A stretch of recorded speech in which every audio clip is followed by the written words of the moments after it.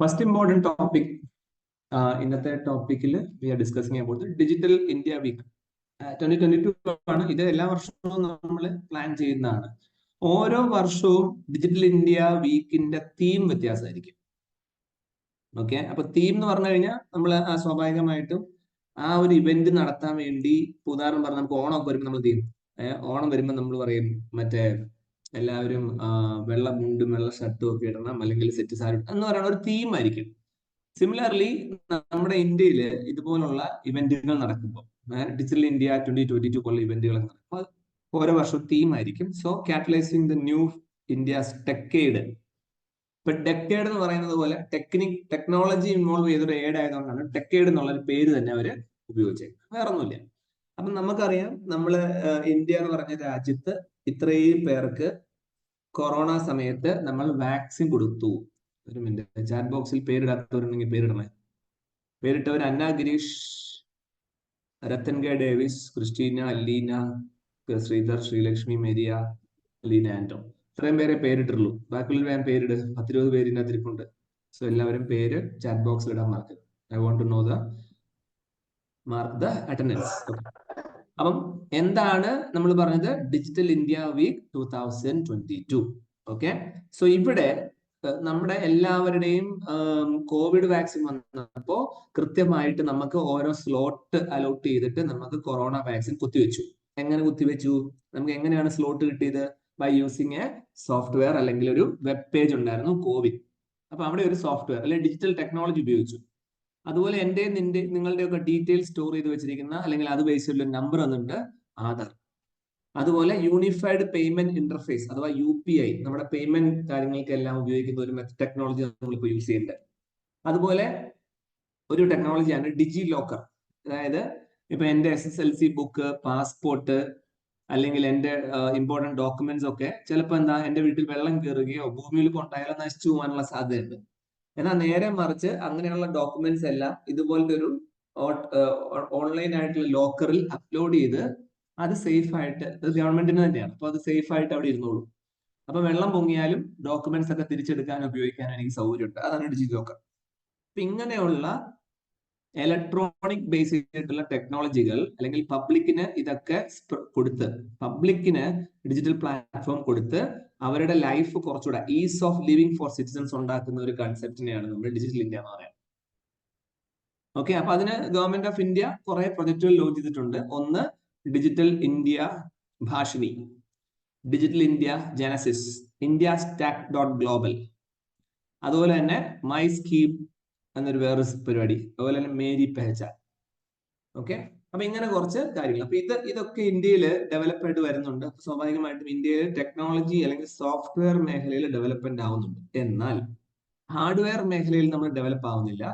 Like നമ്മുടെ ഫോണിലും നിങ്ങളുടെ ഫോണിലും ഒക്കെ, അല്ലെങ്കിൽ കമ്പ്യൂട്ടറിലൊക്കെ ഉപയോഗിക്കുന്നുണ്ട് മൈക്രോ കൺട്രോളർ, അല്ലെങ്കിൽ മൈക്രോ ചിപ്പുകൾ എന്ന് പറയും, ഇന്റഗ്രേറ്റഡ് ചിപ്പുകൾ. അപ്പൊ ഇന്റഗ്രേറ്റഡ് ചിപ്പുകൾക്ക് എനിക്ക് ഓൺലൈൻ ഒരു ക്ലാസ് ഉണ്ട്, അത് കഴിഞ്ഞ് വിളിക്കാം. അപ്പം മൈക്രോ ചിപ്പുകളും അതുപോലെ തന്നെ നമുക്ക് ഇങ്ങനെയുള്ള ഹാർഡ്വെയറുകളും ഒക്കെ ഉണ്ടാക്കാൻ ചൈനയും വിയറ്റ്നാം പോലുള്ള രാജ്യങ്ങളാണ് ടോപ്പ് ആയിട്ടുള്ളത്. എന്നാൽ നമുക്ക് ഇപ്പോ ഇന്ത്യയിൽ ഇങ്ങനെയുള്ള കാര്യങ്ങൾ ഡെവലപ്പ് ചെയ്ത് വരുന്നുണ്ട്. അതിന്റെ ഭാഗമായിട്ട് ടെക് ലെവൽ, അതായത് ഈ ചിപ്പുകൾ ഉണ്ടാക്കുന്ന കമ്പനികൾ ഇന്ത്യയിൽ ഗുജറാത്തിലും തമിഴ്നാട്ടിലും ഒക്കെ ഓൾറെഡി സ്റ്റാർട്ട് ചെയ്തിട്ടുണ്ട്. So chip to startup programs എന്ന കൺസെപ്റ്റ് നമ്മൾ ലോഞ്ച് ചെയ്തു. ഈ ഫസ്റ്റ് പാരഗ്രാഫിൽ പറഞ്ഞിട്ടുള്ള ഡിജിറ്റൽ ഇന്ത്യ ഭാഷിണി, അല്ലെങ്കിൽ ഡിജിറ്റൽ ഇന്ത്യ ജനസിസ്, ഇതൊക്കെ നമുക്കൊന്ന് ഡീറ്റെയിൽ ആയിട്ട് നോക്കാം. First one is digital India Bhashini. Okay, വളരെ ഈസി ആയിട്ട് ഇന്റർനെറ്റും ഡിജിറ്റൽ സർവീസും എല്ലാ ലാംഗ്വേജിലും ഉപയോഗിക്കാൻ പറ്റും, അല്ലെങ്കിൽ നമുക്ക് മനസ്സിലാവില്ല. സോ അതിൽ എന്തൊക്കെ വരാം? സംസാരിച്ച് അല്ലെങ്കിൽ പറഞ്ഞു കൊടുക്കുന്ന രീതിയിലുള്ള voice based access and help the creation of the Indian languages. മലയാളത്തിൽ മലയാളം, ഇംഗ്ലീഷിൽ ഇംഗ്ലീഷ്, ട്രാൻസ്ലേറ്റർ ട്രാൻസ്ലേറ്റർ, അങ്ങനെയൊക്കെ എല്ലാ സൗകര്യങ്ങളും ഒരു ആർട്ടിഫിഷ്യൽ ഇന്റലിജൻസിന്റെ ബേസിൽ ലാംഗ്വേജിൽ പഠിപ്പിച്ചു കൊടുക്കുന്ന രീതിയിൽ നമ്മുടെ ഇന്ത്യൻ ടെക്നോളജി ലെവൽ അഡ്വാൻസ്ഡ് ആവുന്നു. അതിനെ ബേസ് ചെയ്തിട്ടാണ് ഈ ഡിജിറ്റൽ ഇന്ത്യ ഭാഷിണി എന്ന കൺസെപ്റ്റ് വരെ ഭാഷയായിട്ട് ബന്ധപ്പെട്ട്. ഓക്കെ, അപ്പൊ സ്വാഭാവികമായിട്ടും ഇതിനുവേണ്ടി ഒരു വലിയ ക്രൗഡ് സോഴ്സിങ്, അല്ലെ, കുറെ ഡീറ്റെയിൽസ് വേണ്ടി വരും. അങ്ങനെ ഒരു സോഴ്സിംഗിന് വേണ്ടി ഭാഷാദാൻ എന്ന രീതിയിൽ നമ്മളൊരു പ്രൊജക്റ്റും ലോഞ്ച് ചെയ്തിട്ടുണ്ട്. അപ്പൊ ഈ പറഞ്ഞ പോയിന്റ്സ് എല്ലാം വളരെ ഇമ്പോർട്ടന്റ് ആയിട്ട് ഓൾ എക്സാം പോയിന്റ് ഓഫ് വ്യൂവിൽ ആവശ്യമാണ്. റീസെന്റ് നിങ്ങൾക്ക് അറിയാം, ഇപ്പൊ നിങ്ങൾ പലരും SSC പരീക്ഷകളൊക്കെ എഴുതാൻ പോവാണ്. So there are lots of questions maybe come from out of these PDFs. So it's very, very important. അടുത്താണ് ഡിജിറ്റൽ ഇന്ത്യ ജനസിസ്. ജനസിസ് എന്നുള്ള വാക്കിന്റെ തന്നെ full form generation next support for innovative startup. അതായത് അടുത്ത generation കുഞ്ഞു കുഞ്ഞു സ്റ്റാർട്ടപ്പുകളെ support ചെയ്യാം. അപ്പം അതിനുവേണ്ടി എന്തുണ്ട്, നമ്മൾ ഒരു national deep tech startup platform ഉണ്ടാക്കിയിട്ടുണ്ട്. അപ്പൊ അവിടെ ചെന്ന് ഞാൻ എന്റെ ഒരു ഐഡിയ പറഞ്ഞു കഴിഞ്ഞാൽ അവർ അതിൽ നിന്ന് ആ ഐഡിയയിൽ നിന്ന് പുതിയ പുതിയ കമ്പനികൾ ഉണ്ടാക്കാനുള്ള വഴികളും സപ്പോർട്ടും ഒക്കെ പറഞ്ഞു തരും. ഇതാണ് ഡിജിറ്റൽ ഇന്ത്യ ജനസിസ്. അടുത്തത് ഇന്ത്യ സ്റ്റാക്ക് ഡോട്ട് ഗ്ലോബൽ എന്നൊരു സാധനം. അപ്പൊ ഈ സ്റ്റാക്ക് എന്ന് പറഞ്ഞു കഴിഞ്ഞാൽ സ്റ്റോർ ചെയ്യുന്ന സ്ഥലം, അല്ലെങ്കിൽ ഒരു മെമ്മറിയുടെ ഒരു വലിയ ബ്ലോക്ക്, സെർവർ എന്നൊക്കെ നമ്മൾ പറയുന്ന സാധനം. അപ്പൊ അങ്ങനെയൊക്കെ സ്റ്റോർ ചെയ്യുന്നതിനെ നമ്മൾ റിപ്പോസിറ്ററി എന്നാ പറയാം, ഡാറ്റ റിപ്പോസിറ്ററി. ഇപ്പൊ ഉദാഹരണം പറഞ്ഞാൽ ആധാർ എന്ന് പറഞ്ഞ സാധനമുണ്ട്. ആധാർ, ഇപ്പൊ എനിക്ക് നിങ്ങൾക്ക് ആധാർ ഉണ്ട്. അപ്പൊ ഈ ആധാറിന്റെ ഡീറ്റെയിൽസ്, പേര്, അഡ്രസ്സ്, ഫോൺ നമ്പർ, അല്ലെങ്കിൽ കണ്ണിന്റെ ഡീറ്റെയിൽസ്, ഫിംഗർ തമ്പ് ഇംപ്രഷന്റെ അതിന്റെ ഇമേജുകൾ, ഇതൊക്കെ സ്റ്റോർ ചെയ്യാൻ വേണ്ടി എന്ത് വേണം, വലിയൊരു റിപ്പോസിറ്ററി വേണം. ഓക്കെ, അങ്ങനെയുള്ള ഒരു global stack dot India stack dot global എന്നൊരു ഗ്ലോബൽ റിപ്പോസിറ്ററി നമ്മൾ പ്ലാൻ ചെയ്യുന്നതുമായിട്ട് ബന്ധപ്പെട്ടാണ് ആ ഒരു പ്രോജക്റ്റ് വരിക. ഉണ്ടോ? അപ്പൊ ഞാനിവിടെ പറയാം, India stacks like Aadhaar, UPI, ഡിജി ലോക്കർ, കോവിൻ വാക്സിനേഷൻ പ്ലാറ്റ്ഫോം, അതുപോലെ തന്നെ ജം ഗവൺമെന്റിന്റെ മാർക്കറ്റ്, ദീക്ഷ പ്ലാറ്റ്ഫോം, എക്സെട്ര, ആയുഷ്മാൻ ഭാരതിന്റെ ഡീറ്റെയിൽസ്. അപ്പൊ ഇങ്ങനെയുള്ള എല്ലാ കാര്യങ്ങളും ഇന്ത്യയിൽ നടക്കണമെങ്കിൽ ഈ ഇന്ത്യക്കാരുടെ എല്ലാവരുടെയും ഡീറ്റെയിൽസ് സ്റ്റോർ ചെയ്യാൻ വേണ്ടി ഒരു സ്ഥലം വേണ്ടേ? ഉദാഹരണം പറഞ്ഞാൽ നിങ്ങളുടെ ഫോണിൽ നിങ്ങളിപ്പോ ഒരു വാട്സാപ്പിൽ ഞാനൊരു വീഡിയോ അയച്ചു കഴിഞ്ഞാൽ നിങ്ങൾ ആ വീഡിയോ ഡൗൺലോഡ് ചെയ്യും. അപ്പൊ എവിടെയാണ് നിങ്ങൾ അത് ഡൗൺലോഡ് ചെയ്യണേ? നിങ്ങളുടെ ഫോണിന്റെ ഇന്റേണൽ മെമ്മറിയിലാണ് ഡൗൺലോഡ് ചെയ്യുക. അപ്പൊ നിങ്ങൾ ഇങ്ങനെയാണ് ആലോചിച്ച് നോക്കിയേ, ആധാർ കാർഡിന്റെ ഡീറ്റെയിൽസ് ഒക്കെ എവിടെയായിരിക്കും അപ്പൊ സ്റ്റോർ ചെയ്ത് വെച്ചിട്ടുണ്ടാവുക? So that is what we call a stack. Okay, ഇതാണ്. അപ്പൊ ഭയങ്കര വലിയ സൈസ് ഉള്ള ഒത്തിരി ഡാറ്റ കൊള്ളാൻ സ്റ്റോർ ചെയ്യാൻ പറ്റുന്നതായിരിക്കണം ആ ഒരു stack. Okay, this is about the next project. Next my scheme. Okay, വേറെ ഒന്നുമില്ല, ഗവൺമെന്റിന്റെ സ്കീമുകളെ കുറിച്ച് നമുക്ക് ആക്സസ് ചെയ്യാനും മനസ്സിലാക്കാനും വേണ്ടി ഒരു പ്ലാറ്റ്ഫോം. ഓക്കെ, ഒരു സൈറ്റ് കയറിയാൽ മതി, എല്ലാ സ്കീമുകളെ കുറിച്ചും അറിയാൻ പറ്റും. അടുത്താണ് national single sign on for one citizen login. ഒരൊറ്റ വെബ്സൈറ്റിൽ ലോഗിൻ ചെയ്ത എല്ലാ കാര്യങ്ങളും മനസ്സിലാക്കാൻ പറ്റുന്ന രീതിയിലുള്ള, എന്റെ പെഹചാൻ എന്ന് പറഞ്ഞു കഴിഞ്ഞാൽ ഞാൻ തിരിച്ചറിഞ്ഞു എന്നെ എന്നുള്ളതാണ്, അതാണ് പേര്, Meri പെഹചാൻ.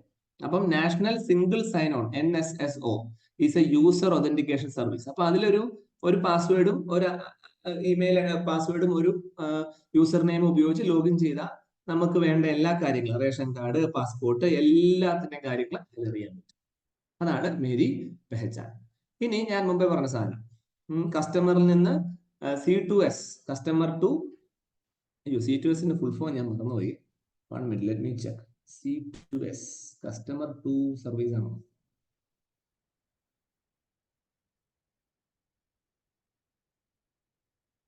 Okay, so C2S is simple. Chip to startup ആണ് C2S. ഞാൻ പറഞ്ഞ സാധനമല്ല, തിരിഞ്ഞുപോയി. അപ്പം ചിപ്പ് പ്രൊഡ്യൂസിൽ നിന്ന് സ്റ്റാർട്ടപ്പിലേക്ക് ഉള്ള ഒരു, അതായത് നമ്മൾ ചിപ്പ് ഉണ്ടാക്കുന്നു, അതിൽ നിന്ന് ഒരു കമ്പനിയിലേക്ക് പോകുന്ന രീതിയിൽ, സ്റ്റാർട്ടപ്പിലേക്ക് കൊണ്ടുവരുന്ന രീതിയിൽ ഒരു ആൾക്കാരെ മോൾഡ് ചെയ്ത് കൊണ്ടുവരുന്നതിന്റെ ഭാഗമായിട്ടാണ് C2S പ്രോഗ്രാം ഇവിടെ എയിം ചെയ്തത്. So specialise the man power in the area of design of semi conductor chip at bachelor masters and research level. Okay, വേറെ ഒന്നുമില്ല. ഉദാഹരണം പറഞ്ഞു കഴിഞ്ഞാൽ നമ്മുടെ ഇന്ത്യയിൽ സോഫ്റ്റ്വെയർ ഉണ്ടാക്കുന്ന കമ്പനികൾ ഉണ്ടെങ്കിൽ ആ സോഫ്റ്റ്വെയറുകൾക്ക് സപ്പോർട്ട് ചെയ്യുന്ന ചിപ്പുകൾ, അല്ലെങ്കിൽ ഞാൻ മുമ്പേ പറഞ്ഞ പോലെ മൈക്രോ ചിപ്പുകൾ, അല്ലെങ്കിൽ ഇന്റഗ്രേറ്റഡ് ICകൾ, അതിന്റെ ഹാർഡ്വെയറുകൾ, മദർ ബോർഡുകൾ, ഇതൊക്കെ വേണം. അപ്പൊ അത് മറ്റു രാജ്യങ്ങളെ, ചൈനയെയും വിയറ്റ്നാമിനെയാണ് നമ്മൾ ഡിപ്പെൻഡ് ചെയ്യുക. അപ്പൊ അവരെ ഡിപ്പെൻഡ് ചെയ്യുമ്പോൾ അവർ കൊണ്ടുവരുന്ന സാധനങ്ങൾക്ക് ഷോർട്ടേജ് വന്നാൽ നമ്മുടെ സ്റ്റാർട്ടപ്പുകളെ ബാധിക്കും. അപ്പൊ ഇന്ത്യൻ ബിസിനസ്സിലുള്ള, അല്ലെങ്കിൽ ഇന്ത്യൻ ബിസിനസ്സിൽ ഇവിടെ ഉയർന്നു വരുന്ന കുഞ്ഞു സോഫ്റ്റ്വെയർ കമ്പനികളെ സപ്പോർട്ട് ചെയ്ത് വലുതാക്കണമെങ്കിൽ ഇവിടെ തന്നെ ചിപ്പ് ഉണ്ടാക്കും. അതാണ് ഈ ഒരു കൺസെപ്റ്റ് വരുന്നത്. So chip to startup program. അപ്പൊ ഇതിന്റെ ഭാഗമായിട്ട് ഗവൺമെന്റ് ഓഫ് ഇന്ത്യ, ഞാൻ പറഞ്ഞ പോലെ സെമി കണ്ടക്ടറുകളെ ഡെവലപ്പ് ചെയ്യാൻ വേണ്ടി, ചിപ്പുകൾ ഉണ്ടാക്കുന്ന പ്രോസസ് എന്ന് പറഞ്ഞ സെമി കണ്ടക്ടർ, അതിനെ ഡെവലപ്പ് ചെയ്യാൻ വേണ്ടി ഇവിടെ ഒരു പ്രത്യേക മിഷൻ തന്നെ പ്ലാൻ ചെയ്തിട്ടുണ്ട്. ഓക്കെ, അപ്പൊ ഒന്നുകൂടെ എന്നിട്ട് വരാം. First point, we are talking about the digital India. ആ കൺസെപ്റ്റിൽ നമ്മൾ കുറച്ച് കാര്യങ്ങൾ പറഞ്ഞു. അപ്പൊ ഇവിടെ ഡിജിറ്റൽ പ്ലാറ്റ്ഫോമുകൾ എല്ലാവർക്കും കൊടുക്കുന്നുണ്ട്. അതുവഴി ജനങ്ങൾക്ക് നന്മ ഉണ്ടാവുന്ന രീതിയിലുള്ള നല്ല കാര്യങ്ങളാണ് നമ്മൾ പ്ലാൻ ചെയ്തിട്ടുള്ളത്. അതിൽ ഈയിടെ ലോഞ്ച് ചെയ്ത digital India Bhashini, digital India Genesis, digital India stack dot global, Meri scheme, Meri Pehchaan and chip to startup program എന്താണെന്ന് നമ്മൾ നോക്കും. നെക്സ്റ്റ് ഇതേ സാധനത്തിന്റെ തന്നെ അടുത്തൊരു ഫോമാണ്. ഓക്കെ, അപ്പം നമ്മുടെ ഇന്ത്യയിലെ ഓരോരോ സംസ്ഥാനങ്ങൾ അല്ലെങ്കിൽ ഓരോരോ സ്ഥലങ്ങൾ എത്രത്തോളം ഈ സ്റ്റാർട്ടപ്പുകളെ സപ്പോർട്ട് ചെയ്യുന്നുണ്ട്. Support the startup ecosystem support ചെയ്യുന്നത്. ഉദാഹരണം പറഞ്ഞാൽ ഇപ്പൊ നിങ്ങളിൽ ആരെങ്കിലും ഒരാൾ ഒരു ബിസിനസ് തുടങ്ങുന്നതിന്റെ ഭാഗമായി എനിക്കൊരു ഐഡിയ ഉണ്ട്, ഞാൻ ബിസിനസ് ചെയ്യാൻ പോവാണ് എന്ന് നിങ്ങളുടെ വീട്ടിൽ പോയി പറഞ്ഞാലോ ബന്ധുക്കളോട് പറഞ്ഞാലോ ആദ്യം തന്നെ അവർ പറയും, നിനക്ക് വേറെ പരിപാടിയൊന്നുമില്ല, നന്നായിട്ട് പഠിച്ചൊരു ജോലിക്ക് കയറി, നിന്നെ കൊണ്ടൊന്നും പറ്റില്ല.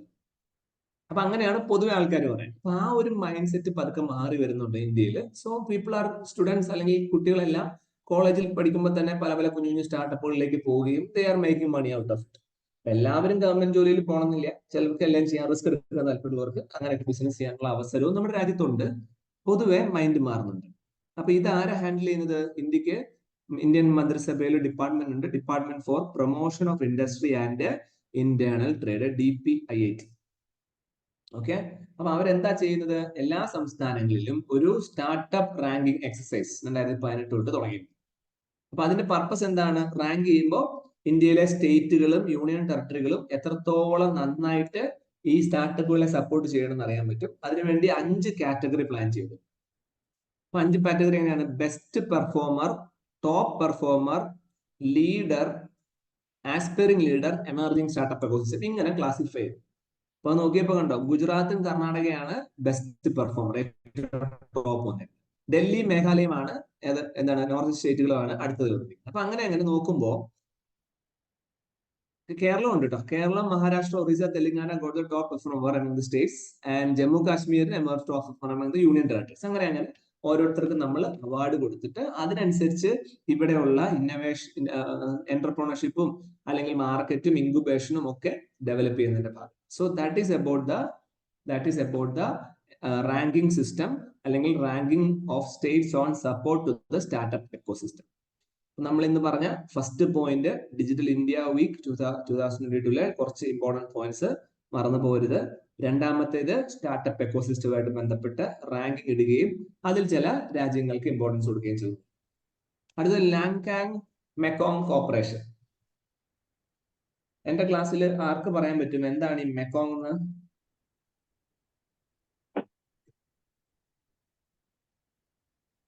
ആരെങ്കിലും ഉണ്ടോടാ? അൺമ്യൂട്ട് ചെയ്തിട്ട് മെക്കോങ് എന്താന്ന് പറയാൻ പറ്റുന്ന കഴിവുള്ളവര്? 22 പേര് ക്ലാസ്സിലുണ്ട്. ഗൂഗിൾ അടിക്കണ്ട, ഗൂഗിൾ അടിക്കാതെ പറയാം. അനർക്കയാണോ? പറഞ്ഞു അനർക്ക, എന്താണ് മെക്കോങ്?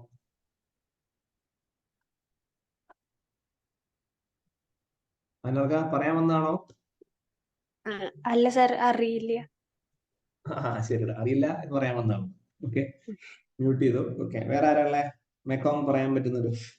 ഗൂഗിൾ അടിക്കാതെ പറയണം, ഇപ്പൊ തപ്പി കണ്ടുപിടിച്ചിട്ട് പറയണ്ട. മെക്കോങ് എന്ന് പറഞ്ഞാല് ഫോർ എക്സാമ്പിൾ ഇതിപ്പോ ചൈനയാണെന്ന് വിചാരിക്കാം. ചൈന.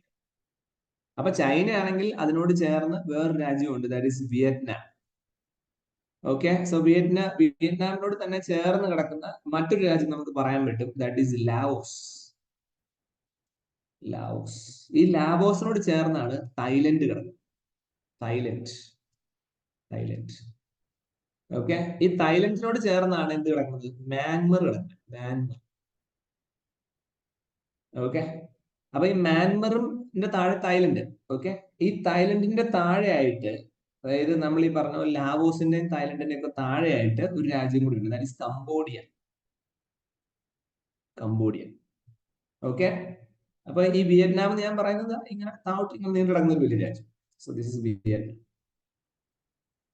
അപ്പം ഏകദേശം നമ്മൾ നോക്കുവാണെങ്കിൽ China, Vietnam, Laos, Thailand, Myanmar, Cambodia, ഇത്രയും രാജ്യങ്ങൾ നമുക്ക് ആ ഒരു സൗത്ത് ഈസ്റ്റ് നേഷൻസ് എന്നുള്ളൊരു കാറ്റഗറിയിൽ പെടുത്താൻ പറ്റും.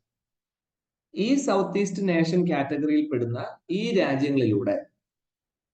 രാജ്യങ്ങളിലൂടെ ചൈനയിൽ നിന്ന് സ്റ്റാർട്ട് ചെയ്ത് ഇതുപോലെ ഞാൻ ബ്ലൂ വരയ്ക്കുന്ന പോലെ ഇങ്ങനെ മ്യാൻമർ, അതുപോലെ തന്നെ തായ്ലൻഡ്, ലാവോസ് കൂടെ കയറി, ഓക്കെ, തായ്ലൻഡിൽ കൂടെ ഒക്കെ വന്ന് നേരെ കംബോഡിയയിൽ കയറി, കംബോഡിയയിൽ നിന്ന് ഇതുപോലെ വിയറ്റ്നാമിലൂടെ വന്ന് ഇവിടെ ഇങ്ങനെ ഡെൽറ്റ ഫോം ചെയ്ത് കടലിൽ, ഏത് കടല്, നമ്മുടെ ബേ ഓഫ് ബംഗാളിന്റെ അപ്പുറത്തെ സൈഡിൽ വന്ന് വീഴുന്ന ഒരു റിവർ ഉണ്ട്, ഒരു പുഴയുണ്ട്, ദാറ്റ് ഈസ് മെക്കോങ് റിവർ. ഇതാണ് മെക്കോങ് റിവർ. വളരെ ഇൻട്രസ്റ്റിംഗ് പോയിന്റ്, മെക്കോങ് റിവർ. അപ്പൊ ഡെൽറ്റ ഫോം ചെയ്തിരിക്കും, കാരണം ഇത്രയും രാജ്യങ്ങളുടെ പാസ് ചെയ്യും. അപ്പൊ ഡെൽറ്റ ഇവിടെ form. So there is definitely what we can say ഒരു മെക്കോങ് ഡെൽറ്റ കടലിൽ ഉണ്ടാവുന്നത്. അപ്പൊ ഇത് എല്ലായിടത്തൂടെയും പോകുന്നുണ്ട്. അപ്പൊ ഈ കടലിലൂടെ അല്ലെങ്കിൽ ഈ പുഴയുടെ തീരങ്ങളിലൂടെ ഉള്ള അല്ലെങ്കിൽ ഈ തീരങ്ങളിൽ ഉള്ള രാജ്യങ്ങളെയാണ് നമ്മൾ എന്ത് പറയാം, മെക്കോങ് കോർപ്പറേഷൻ എന്ന്, അല്ലെങ്കിൽ അവർ തമ്മിൽ ടൈപ്പ് ഉണ്ടെന്നുള്ളത്. ഇത്രയേ ഉള്ളൂ. അപ്പൊ ഇവിടെ ലാങ്കാങ് മെക്കോങ് കോർപ്പറേഷൻ എന്ന് പറയുമ്പോൾ സ്വാഭാവികമായിട്ടും ഇറ്റ് ഈസ് ഡെഫിനറ്റ്ലി ചൈനയായിട്ടൊക്കെ ബന്ധപ്പെട്ട് കിടക്കുന്നതാണ്. അപ്പൊ ഇത് Mekong delta nations, Mekong delta ഉണ്ടാക്കുന്നുണ്ടെന്ന് ഞാൻ പറഞ്ഞത്, ഇതാണ് ഡെൽറ്റ. ഓക്കെ, അപ്പൊ ഈ ഒരു പോയിന്റുമായിട്ട് ബന്ധപ്പെട്ട് വന്ന ഒരു കോർപ്പറേഷനാണ് മെക്കോങ് ലാങ്കാങ് മെക്കോങ് കോർപ്പറേഷൻ. അത്രയും മാത്രമാണ് നിങ്ങൾ മനസ്സിലാക്കേണ്ട പോയിന്റ് അതിലുള്ളൂ. അപ്പൊ ഇതില് മ്യാൻമറിന്റെ പടം വരച്ചായിട്ട് നോക്കിക്കഴിഞ്ഞാൽ മനസ്സിലാവും, മ്യാൻമർ അതിലുണ്ട്. Military government hosted the first high level regional meeting. Okay, Chinese foreign minister and counter parts from the Mekong delta Nations. അപ്പൊ ഇത് പോയിന്റ് ക്ലിയർ ആയിട്ട് മനസ്സിലായി. സോ യുനെസ്കോ, ഇതിന്റെ ഒരു സെൻട്രൽ സിറ്റി ഉണ്ട്, ആ സിറ്റിനെ യുനെസ്കോ കൾച്ചറൽ സിറ്റി ആയിട്ട് അനൗൺസ് ചെയ്തിട്ടുണ്ട്. വേൾഡ് ഹെറിറ്റേജ് സൈറ്റിലെ ഒരു സിറ്റി ആയിട്ട് തന്നെ അനൗൺസ് ചെയ്തിട്ടുണ്ട്. And China is a Myanmar's biggest trading partner and old ally, ഒരു ഗ്രൂപ്പാണ്. ആ ഒരു പോയിന്റ് ആണ് പത്രത്തിൽ അത് ഇമ്പോർട്ടന്റ് ആയിട്ട് വരാൻ chance. Lankan Mekong Cooperation is a multilateral format established in 2016 for cooperation between riparian states of the Lakang River and Mekong River. Where river Lakang Mekong. Okay, അപ്പം ഈ ലക്കാങ് എന്ന് പറഞ്ഞു കഴിഞ്ഞാൽ മെക്കോങ്ങിന്റെ തന്നെ ഒരു ജസ്റ്റ് ഒരു പാർട്ടാണ്. Lancang is a part of the Mekong that flows through China. അപ്പം ചൈനയിലൂടെ വരുമ്പോ ആ റിവറിന് ലക്കാങ് എന്നുള്ള പേരും, ദെൻ അടുത്ത കംബോഡിയയിലേക്കൊക്കെ എത്തുമ്പോഴേക്കും അതിനെ മെക്കോങ് എന്ന് വിളിക്കുമെന്ന് മാത്രമേ. ഉദാഹരണം പറഞ്ഞാൽ നമ്മള് ഇപ്പൊ ബ്രഹ്മപുത്ര എന്ന റിവർ ചൈനയ്ക്കകത്തൂടെ വന്ന് നമ്മുടെ അരുണാചൽ പ്രദേശ് വഴി ആസാം വഴി ബംഗ്ലാദേശിൽ കയറി ദെൻ ഇന്ത്യയുടെ ബേ ഓഫ് ബംഗാളിൽ വന്ന് വീഴുന്നുണ്ട്. അപ്പൊ ഓരോ സ്ഥലങ്ങളിലും കൂടെ ബ്രഹ്മപുത്ര പോകുമ്പോഴും അതിന് ഓരോ പേരുകളിടും എന്ന് പറയുന്ന പോലെ തന്നെയാണ് ഇവിടെയും ലക്കാങ് മെക്കോങ് കോർപ്പറേഷനില് എന്നുള്ള പേരിട്ട് രണ്ട് റിവറിന്റെ പേര് വെച്ച് പറയും. സോ നമ്മളെ സംബന്ധിച്ച് രണ്ടൂർ റിവർ തന്നെയാണ്, പേര് വ്യത്യാസമാണ്. ഓക്കെ, അപ്പൊ റിവറിന്റെ തീരത്തുള്ള രാജ്യങ്ങൾ Cambodia, Laos, Myanmar, Vietnam, Thailand ഞാൻ പറഞ്ഞിരുന്നു. ഓക്കെ, ഇതാണ് പത്രത്തില് ലക്കാങ് മെക്കോങ് റിവർ വരാൻ മെയിൻ ആയിട്ടുള്ള റീസൺ. നെക്സ്റ്റ് ഇമ്പോർട്ടന്റ് ടോപ്പിക് ആണ് യൂണിഫൈഡ് പേയ്മെന്റ് ഇന്റർഫേസ്. ഓക്കെ, വളരെ ഇൻട്രസ്റ്റിംഗ് ആയിട്ടുള്ള ഒരു ടോപ്പിക് ആണ് യൂണിഫൈഡ് പേയ്മെന്റ് ഇന്റർഫേസ്. അപ്പൊ നമുക്കറിയാം, നമ്മുടെ രാജ്യം ഇന്ന് ലോകത്തിലെ തന്നെ ഏറ്റവും കൂടുതൽ ടെക്നോളജി ഉപയോഗിച്ച് ബാങ്കിങ് ട്രാൻസാക്ഷൻ ചെയ്യുന്ന രാജ്യം, ബാങ്കിങ് ട്രാൻസാക്ഷൻസ്.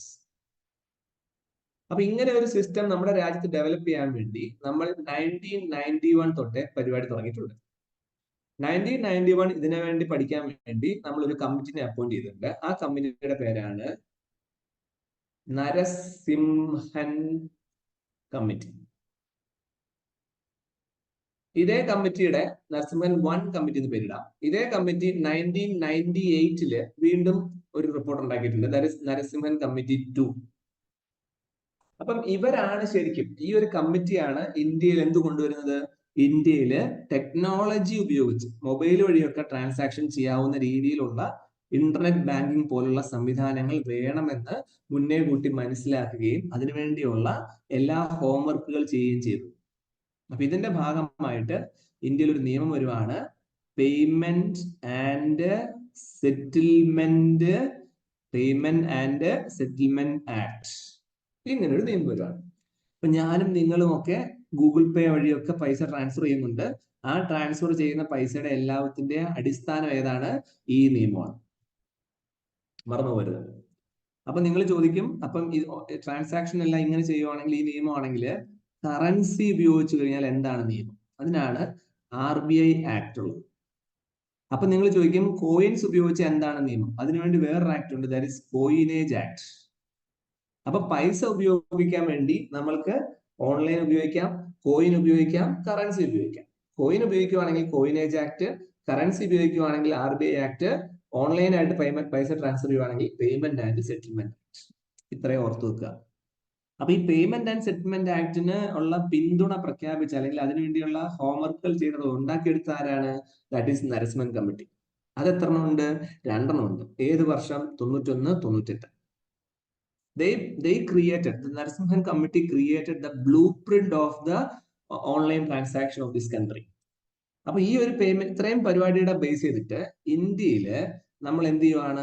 ഒരു 10 നാഷണൽ ബാങ്കുകൾ പിരിവിട്ടിട്ട് കുറച്ച് പൈസ ഒപ്പിച്ചിട്ട് ആ പൈസ ഉപയോഗിച്ച് ഒരു not for profit company start ചെയ്തു. Not for profit company. ആ കമ്പനിയാണ് national payment corporation of India അഥവാ national payment corporation of India അഥവാ NPCI. ഈ കമ്പനിയാണ് ഇന്ത്യക്ക് വേണ്ട ഓൺലൈൻ ട്രാൻസാക്ഷൻ ഒക്കെ ചെയ്യേണ്ട ഡിഫറെന്റ് ടെക്നോളജികൾ കണ്ടുപിടിച്ചത് അല്ലെങ്കിൽ പിടിച്ചുകൊണ്ടിരിക്കുന്നത്. ഇത്രയും പോയിന്റ്സ് എല്ലാവർക്കും ക്ലിയർ ആയിട്ടുണ്ടാവും വിചാരിക്കും. ഓക്കെ, സോ ഈ NPCI 2016 ലോഞ്ച് ചെയ്ത ഒരു ടെക്നോളജിയാണ് യൂണിഫൈഡ് പേയ്മെന്റ് ഇന്റർഫേസ്. ഇത് ഞാൻ ഒരിക്കൽ നിങ്ങളോട് പറഞ്ഞിട്ടുണ്ടായിരുന്നു. ഇത് ഒരു ടെക്നോളജിയാണ്. ആ ടെക്നോളജി ഇങ്ങനെ ഒരു ടെക്നോളജി ആണെങ്കിൽ ആ ടെക്നോളജി ആർക്ക് വേണമെങ്കിലും വാങ്ങിച്ച് അവർക്ക് അതിന്റെ മുകളിൽ അവരുടേതായ പേരിടാം, കളർ മാറ്റാം. പക്ഷെ ഈ ബേസിക് ടെക്നോളജിയുടെ റെന്റ് മാത്രം കൊടുത്താൽ മതി. റെന്റ് കൊടുക്കണം. ആർക്ക് കൊടുക്കണം? നാഷണൽ പേയ്മെന്റ് കോർപ്പറേഷൻ ഓഫ് ഇന്ത്യയുടെ വാടകയ്ക്ക് എടുത്ത് ഉപയോഗിക്കാം. ഉദാഹരണം പറഞ്ഞാൽ നമ്മൾ ചില കല്യാണം മണ്ഡപങ്ങളിലൊക്കെ വലിയ ഡെക്കറേഷൻസ് വാങ്ങിക്കൂലോ, എന്നിട്ട് നമ്മൾ നമ്മുടെ പേരിൽ എഴുതി വെക്കാം, A വേഴ്സസ് B എന്ന് എഴുതി വെക്കും. അടുത്ത ആൾ വാങ്ങിക്കുമ്പോൾ അയാളുടെ പേര് എന്ന് പറഞ്ഞ പോലെ ഇത്. പക്ഷെ എൻഡ് ഓഫ് ദി ഡേ, ദിവസത്തിന്റെ അവസാനം ആ മണ്ഡപത്തിലിരിക്കുന്ന സാധനങ്ങളെല്ലാം അതിന്റെ തന്നെ വാടകയ്ക്ക് തന്നാൽ എടുത്തോളൂ എന്ന് പറയുന്ന പോലെ തന്നെ ഇത്. അപ്പൊ ഈ ഒരു ടെക്നോളജി വഴി പൈസ ട്രാൻസ്ഫർ ചെയ്യാൻ പറ്റും. ആ ട്രാൻസാക്ഷൻ ചെയ്യുന്ന സമയത്ത് പൈസ എടുത്തിട്ട് ട്രാൻസാക്ഷന്റെ പൈസ ആൾക്കാർക്ക് കൊടുക്കാൻ പറ്റും. ഓക്കെ, അപ്പൊ 2016 നാഷണൽ പേയ്മെന്റ് കോർപ്പറേഷൻ തുടങ്ങും. അപ്പൊ ഇതുവഴി പെട്ടെന്ന് ആൾക്കാർക്ക് പൈസ കൊടുക്കാൻ പറ്റും. Immediate payment services, IMPS. Okay, വളരെ ഫണ്ട് ട്രാൻസ്ഫർ ഫാസ്റ്റ്. അപ്പൊ 3 സ്റ്റെപ്സ് മെയിൻലി നമ്മൾ ഇതിൽ പറയുന്നുണ്ട്. ഒന്ന്, once bank account is mapped to a virtual payment address, VPA. നമ്മുടെ പൈസ ട്രാൻസ്ഫർ ചെയ്യുന്ന നമ്മൾ UPI വഴി QR കോഡ് വഴിയൊക്കെ പൈസ കൊടുക്കുന്നതിന്റെ പിന്നാമ്പുറ കഥകളാണ് ഞാൻ ഈ പറയുന്നത് കേട്ടോ. So once it is through a VPA. പിന്നെ എന്താ, VPA ഇട്ട് കഴിഞ്ഞാൽ എന്താ, അവർ റിസ്ക് ഒഴിവാക്കും. ദെൻ സെക്കൻഡ്ലി നമ്മൾ എന്ത് ചെയ്യുവാണ്, നമ്മൾ ഏത് ബാങ്കിൽ നിന്നാണോ പൈസ എടുക്കാൻ പോകുന്നത് അല്ലെങ്കിൽ കൊടുക്കാൻ പോകുന്നത് ആ പേയ്മെന്റ് സർവീസ് പ്രൊവൈഡർ, ഓക്കെ, അയാളുടെ ട്രാൻസാക്ഷൻ, എന്നിട്ട് നമ്മുടെ UPI സോഫ്റ്റ്വെയർ ഉപയോഗിച്ചിട്ട് ആ ഒരു VPN എന്ന് അടുത്ത ടാർഗറ്റ് ആർക്കാണോ കൊടുക്കാനുള്ളത് അയാളുടെ അക്കൗണ്ടിലേക്ക് ആ ട്രാൻസാക്ഷൻ പോകും. അപ്പം സ്വാഭാവികമായിട്ടും സേഫ് ആൻഡ് സെക്യൂർ ആയിട്ട് നമ്മുടെ പൈസ ട്രാൻസ്ഫർ ചെയ്യാൻ പറ്റും എന്നുള്ളതാണ് UPIയുടെ പ്രത്യേകത. ഓക്കെ, പിന്നെയുള്ള പോയിന്റ്സ് എല്ലാം നിങ്ങൾ നോക്കിയാൽ മതി. അതുപോലെ തന്നെ ഇതിലിപ്പോ ചില സാധനങ്ങൾ നമ്മൾ കടയിൽ നിന്ന് വാങ്ങിക്കുവാണെങ്കിൽ roll into 3 steps. Okay, 3 steps. വേറെ പോയിന്റ്സ് എനിക്ക് മാർക്ക് ചെയ്യാനില്ല. It was in 2016 by the national payment corporation of India, immediate payment service. ഇത്രയും പോയിന്റ്സ് ഹൈലൈറ്റ് ചെയ്തിട്ടുണ്ട്. Okay, yes. അപ്പൊ ഇങ്ങനെ നമ്മൾ കഴിഞ്ഞ എക്സാമിന് ചോദിച്ചാണ് വാട്ട് ഈസ് MDR. അപ്പൊ ഇതിൽ എന്താണ് ഗുണം എന്ന് വെച്ചാൽ, ഈ ഡെബിറ്റ് കാർഡോ ക്രെഡിറ്റ് കാർഡോ ഉപയോഗിച്ചിട്ട് നമ്മൾ പൈസ ട്രാൻസ്ഫർ ചെയ്താൽ അതിനൊക്കെ ഓരോ കാർഡിന്റെ സ്വൈപ്പ് ചെയ്യുന്നതനുസരിച്ച് കാർഡിന് നമ്മൾ പൈസ കൊടുക്കണം. അങ്ങനെ കൊടുക്കുന്ന ഒരു റേറ്റിനാണ് നമ്മൾ മർച്ചന്റ് ഡിസ്കൗണ്ട് റേറ്റ് അഥവാ MDR എന്ന് പറയുന്നത്. എന്നാൽ ഈ NPCI ട്രാൻസാക്ഷൻ നിലവിൽ അങ്ങനെ ഒരു സംവിധാനമില്ല എന്ന് കരുതി ഫ്യൂച്ചറിൽ നിങ്ങൾ കൊടുക്കുന്ന ഓരോ ട്രാൻസാക്ഷനും ചിലപ്പോൾ ടാക്സ് വാങ്ങിക്കാനുള്ള സാധ്യത ഞാൻ കാണുന്നുണ്ട്. ഉദാഹരണം, ഞാനിപ്പോ ഒരു കരിക്ക് വാങ്ങിച്ചു 40 രൂപ. അപ്പൊ കരിക്കുകാരനെ ഞാൻ QR കോഡ് വഴി സ്കാൻ ചെയ്ത് കൊടുത്തു. അപ്പൊ 40 രൂപയുടെ സമയത്ത് എന്റെ അക്കൗണ്ടിൽ നിന്ന് 40 രൂപ 25 പൈസ അങ്ങോട്ട് പോകുന്നതായിട്ട് കാണേണ്ടി വരും. അപ്പൊ അങ്ങനെ കാണുന്നത് എന്തുകൊണ്ടായിരിക്കും? അവിടെ ഒരു 25 പൈസ സർവീസ് ചാർജ് ആയിട്ട് എടുക്കാം. അപ്പൊ അതൊരു അങ്ങനെയുള്ള ചെയ്യുന്നതിനാണ് നമ്മൾ മർച്ചന്റ് ഡിസ്കൗണ്ട് റേറ്റ്. ഓക്കെ, അത് ഒന്ന് ഓർത്ത് വെച്ചോളാം. എന്നാൽ പോപ്പുലാരിറ്റിയുടെ പോയിന്റ്സ് നിങ്ങൾ തന്നെ വായിച്ചത്. ഓക്കെ, അപ്പൊ ഇവിടെ നമ്മൾ മൊബൈൽ ഫോൺ ഉപയോഗിച്ചിട്ടാണ് നമ്മുടെ ട്രാൻസാക്ഷൻ ഒക്കെ ചെയ്യുന്നതെന്നും അതിന്റെ പാസ്വേഡ് യൂസർ നെയിം കൊടുക്കുന്നു, മെസ്സേജ് വരുന്ന കാര്യമൊക്കെ നമുക്കറിയാം. സോ ഇതിന് mobile personal identification number MPIN നമ്മൾ ഉപയോഗിക്കുന്നുണ്ട്. ഓക്കെ, ഇതൊക്കെ നിങ്ങൾക്ക് അറിയാവുന്ന കോമൺ കാര്യങ്ങളാണ്. അത് നിങ്ങൾ ജസ്റ്റ് വായിച്ചു നോക്കിയാൽ. അടുത്തത് ഒരു മൾട്ടി ലാറ്ററലിസം എന്നൊരു കൺസെപ്റ്റ്. മൾട്ടി ലാറ്ററലിസം എന്ന് പറഞ്ഞാൽ വേറെ ഒന്നുമില്ല. ലാറ്ററലിസം മീൻസ് മൾട്ടി എന്ന് പറഞ്ഞാൽ കുറെ എണ്ണം, മൾട്ടിപ്പിൾ. അപ്പൊ കുറെ രാജ്യങ്ങൾ ചേർന്ന് അവരവരുടെ ഐഡിയാസും പ്രശ്നങ്ങളും പരിഹരിച്ച് സോൾവ് ചെയ്ത് മുന്നോട്ട് പോകുന്ന ഒരു കാലമാണ് പണ്ട് തൊട്ടേ ഉള്ളത്, ഇപ്പോഴും ഉണ്ട്. അതിനാണ് ഡിപ്ലോമാറ്റിക് റിലേഷൻഷിപ്പ് എന്ന് പറയുന്നത്. അപ്പൊ അതിനുവേണ്ടി പല സംഘടനകളുണ്ട്. ഫോർ എക്സാമ്പിൾ ബ്രസീലും റഷ്യയും ഇന്ത്യയും ചൈനയും സൗത്ത് ആഫ്രിക്കയും കൂടെ ചേർന്ന് ബ്രിക്സ്, ക്വാഡ്, G7, G20 ഇങ്ങനെ കുറെ എണ്ണം ഉണ്ട്. സോ അതിനെ ബേസ് ചെയ്തിട്ട് ഒരു ചെറിയ റൈറ്റപ്പ് ആണ്. അധികമൊന്നും എനിക്ക് ഇതിൽ പറയാനില്ല, നിങ്ങൾക്ക് തന്നെ മനസ്സിലാക്കുന്നുള്ളൂ. ബ്രിക്സിനെ കുറിച്ച് കുറച്ച് പോയിന്റ്സ്. ഓക്കെ, സോ നിങ്ങൾ അത് തന്നെ വായിച്ചാൽ മതി. ഈ ബ്രിക്സിൽ റീസെന്റ് ആയിട്ട് ചില റഷ്യ ആയിട്ടുള്ള പ്രോബ്ലംസ് വരുന്നതിന്റെയൊക്കെയാണ് ബന്ധപ്പെട്ട് കിടക്കുന്നത്. സോ ജസ്റ്റ് നിങ്ങൾ വായിക്കേണ്ട വിഷയങ്ങൾ. അടുത്ത ഒരു കൺസെപ്റ്റ് വളരെ important, that is first speech and concept. ഇതൊരു കോൺഫ്ലിക്റ്റ് ആണ്, ഫസ്റ്റ് സ്പീച്ച് ആൻഡ് കൺസെന്റ് എന്നൊരു കൺസെപ്റ്റ്. അതായത് conflict between the free speech and consent. Free speech and consent അതായത് ഇപ്പൊ നിങ്ങൾ കേട്ടിട്ടുണ്ടെന്ന് എനിക്കറിയില്ല, നോൺ കൺസെൻഷ്വൽ ഇന്റിമേറ്റ് ഇമേജസ് എന്നൊരു പരിപാടി ഉണ്ട്, NCII. അത് വേറൊന്നുമില്ല, എന്റെ ഇഷ്ടമില്ലാതെ എന്നോട് പെർമിഷൻ ചോദിക്കാതെ എന്റെ ഫോട്ടോ ഞാൻ നിങ്ങൾ ആരെങ്കിലും ഇന്റർനെറ്റിൽ പ്രചരിപ്പിച്ചാൽ എനിക്കത് വിഷമാവും. ഓക്കെ, അപ്പൊ ഞാൻ ചിരിച്ചുകൊണ്ടിരിക്കുന്ന ഉദാഹരണം പറഞ്ഞു കഴിഞ്ഞാൽ, ഇപ്പൊ ഞാൻ ഓണത്തിനോ ക്രിസ്മസിനോ അങ്ങോട്ടും ഇങ്ങോട്ടും ഓടുന്നതോ അല്ലെങ്കിൽ തലകുത്തി നിൽക്കുന്നതോ ഒക്കെ ഫോട്ടോസ് മണ്ടത്തിൽ തിരിക്കുന്ന പടങ്ങളൊക്കെ നിങ്ങൾ എടുത്തു, എന്നിട്ട് നിങ്ങൾ അത് എവിടെ ഇടൂ? സോഷ്യൽ മീഡിയയിൽ സ്പ്രെഡ് ചെയ്താൽ, so that type of messages is known consensual intimate messages. Intimate message എന്ന് പറഞ്ഞു കഴിഞ്ഞാൽ വളരെ പേഴ്സണലി വളരെ അടുത്തിരിക്കുന്ന മെസ്സേജസ് ആവാം. ഒരാള് ഉമ്മ കൊടുക്കുന്നു അല്ലെങ്കിൽ കെട്ടിപ്പിടിക്കുന്നു, ഇങ്ങനെയുള്ള മെസ്സേജസ് ആവാം. So if we are publishing these kind of images, that is NCII is publishing, then it is a criminal offense under Information Technology Act 2000. ഇതാണ് ഇമ്പോർട്ടൻറ്റ് ഇന്ത്യയെ സംബന്ധിച്ച്. ഓക്കെ, അപ്പൊ ഇത് വലിയൊരു പ്രോബ്ലം ആയതുകൊണ്ടും ഇതിനെക്കുറിച്ച് പല കൺസേൺസ് വന്നതുകൊണ്ട്, ഓക്കെ, ഇത് ഫ്യൂച്ചറിലൊക്കെ പ്രോബ്ലം ആകുന്നതുകൊണ്ട് ഇതിനെക്കുറിച്ച് ഒത്തിരി കൺസേൺസ് എല്ലാം ഗ്ലോബലി വരുന്നുണ്ട്. അതിന്റെ ഭാഗമായിട്ട് ഫേസ്ബുക്കിനോടൊക്കെ അല്ലെങ്കിൽ ഇൻസ്റ്റാഗ്രാമിനോടൊക്കെ അനാവശ്യമായിട്ടുള്ള ഇങ്ങനെയുള്ള ഇമേജസ് ഷെയർ ചെയ്യുന്നുണ്ടെങ്കിൽ അത് ഉടനടി ഒരു സോഫ്റ്റ്വെയർ ഉപയോഗിച്ച് കട്ട് ചെയ്ത് കളയാനുള്ള ഉത്തരവാദിത്തം ആ കമ്പനിക്ക് ഉണ്ടെന്നുള്ളതാണ്. ഓക്കെ, സോ ഇങ്ങനെയുള്ള കണ്ടന്റുകൾ വെബ്സൈറ്റിൽ വന്നാൽ automatically remove certain type of contents and focus on child pornography and rape videos. ഇതൊക്കെ പെട്ടെന്ന് തന്നെ കട്ട് ചെയ്ത് കളയും. ഇതിനു വേണ്ടി നമ്മുടെ ഫേസ്ബുക്കിന്റെ മെറ്റ കമ്പനി അവരൊരു ടൂൾ ക്രിയേറ്റ് ചെയ്തിട്ടുണ്ട്, ടു സ്റ്റോപ്പ്. കട്ട് എന്നുള്ള വാക്കിന്റെ അർത്ഥം എന്താണ്? ടു സ്റ്റോപ്പ് ചെയ്യുക the spread of NCII. Okay, അപ്പൊ ഈ tool relies on the hashing technology to match known NCII against the future uploads. അപ്പൊ ഇത് ഓട്ടോമാറ്റിക്കലി ഇങ്ങനെ കണ്ടുപിടിച്ച് ഡിലീറ്റ് ചെയ്ത് കളഞ്ഞോളുന്നു. അപ്പം ഇത് എല്ലാ രാജ്യങ്ങളിലും, ഇന്ത്യയിൽ മാത്രമല്ല എല്ലാ രാജ്യങ്ങളിലും പ്രശ്നമാണ്. ഉദാഹരണം പറഞ്ഞാൽ ഓസ്ട്രേലിയയിൽ ഇതിനുവേണ്ടി ഒരു സേഫ്റ്റി കമ്മീഷണറെ വരെ അപ്പോയിന്റ് ചെയ്യുന്നു. സോ ചില രാജ്യങ്ങൾ നമ്മളെക്കാളിലും ഫാസ്റ്റ് ആയിട്ടാണ് കാര്യങ്ങളിൽ ഇടപെടുന്നത്. നിങ്ങൾക്കറിയാം, ഇപ്പൊ റീസെന്റ് ആയിട്ട് ഇന്നലെ തൊട്ട് ഇന്ത്യയില് പുതിയ പീനൽ കോഡുകൾ വന്നിട്ടുണ്ട്.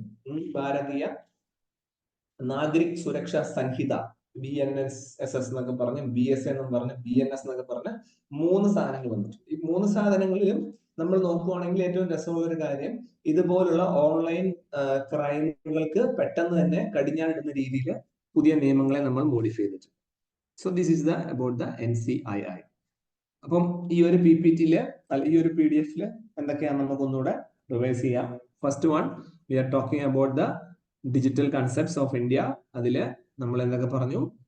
India Bhashini, genesis, India stack global, my scheme, Meri Pehchan, chip to startup. അടുത്തത് എക്കോസിസ്റ്റത്തിന്റെ ഒരു റാങ്കിങ്ങിനെ കുറിച്ച് നമ്മൾ നോക്കി. ദെൻ അടുത്തത് ലങ്കാങ് മെക്കോങ് കോർപ്പറേഷനെ കുറിച്ച് നമ്മൾ നോക്കി. ദെൻ നമ്മൾ യൂണിഫൈഡ് പേയ്മെന്റ് ഇന്റർഫേസിന്റെ ബാക്കപ്പ് സ്റ്റോറി തപ്പി ഇപ്പൊ ഇതിൽ പറയുന്ന കാര്യങ്ങൾ നമ്മൾ നോക്കി. അതിനുശേഷം നമ്മൾ നോക്കിയത് ഒരു മൾട്ടി ലാറ്ററലിസം ആണ്. ഞാൻ വലിയ സീരിയസ് ആയി എടുത്തിട്ടില്ല. അടുത്തതാണ് ഇമ്പോർട്ടന്റ് ആയിട്ട് ഞാൻ എടുത്തത്, that is about the NCII, non consensual intimate images. Okay, അപ്പം ഈ ഒരു 5 ടോപ്പിക്കില് എന്തെങ്കിലും സംശയങ്ങൾ ആർക്കെങ്കിലും ഉണ്ടെങ്കിൽ please unmute your self and ask. ഞാൻ 1 by 1 ചോദിക്കുന്ന പരിപാടി നിർത്തി. സോ നിങ്ങൾക്ക് ഡൗട്ട് ഉണ്ടെങ്കിൽ എന്നോട് ഇപ്പൊ ചോദിക്കും. ആർക്കെങ്കിലും ഏതെങ്കിലും പോയിന്റ്സിൽ എന്തെങ്കിലും സംശയങ്ങൾ ഉണ്ടെങ്കിൽ ചോദിക്കും, ഇല്ലെങ്കിൽ ഞാൻ നിങ്ങളോട് ചോദിക്കും.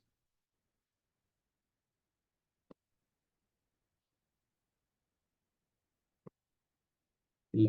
ഹിമ ഉണ്ടോ? ഹിമ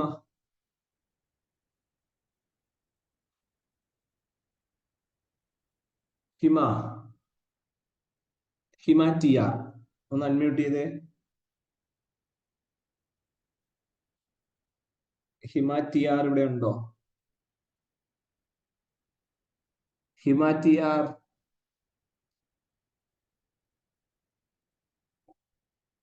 ഹിമ ഇവിടെ മൈക്ക് ഓൺ ചെയ്തല്ല, ഫോൺ വെച്ചിട്ട് വേറെ വഴിക്ക് പോയാ. ഹിമ ഹിമ ഏത് ബാച്ചാണാവോ?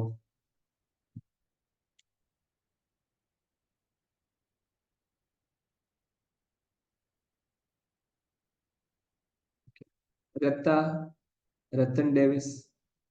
Yes sir. മെക്കോങ് റിവർ കടന്നു പോകുന്ന 2 രാജ്യങ്ങളുടെ പേര് പറയാം.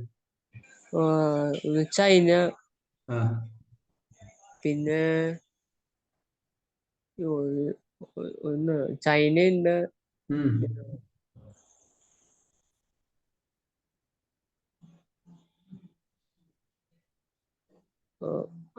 അയ്യോ തായ്ലൻഡ് ഉണ്ടോ?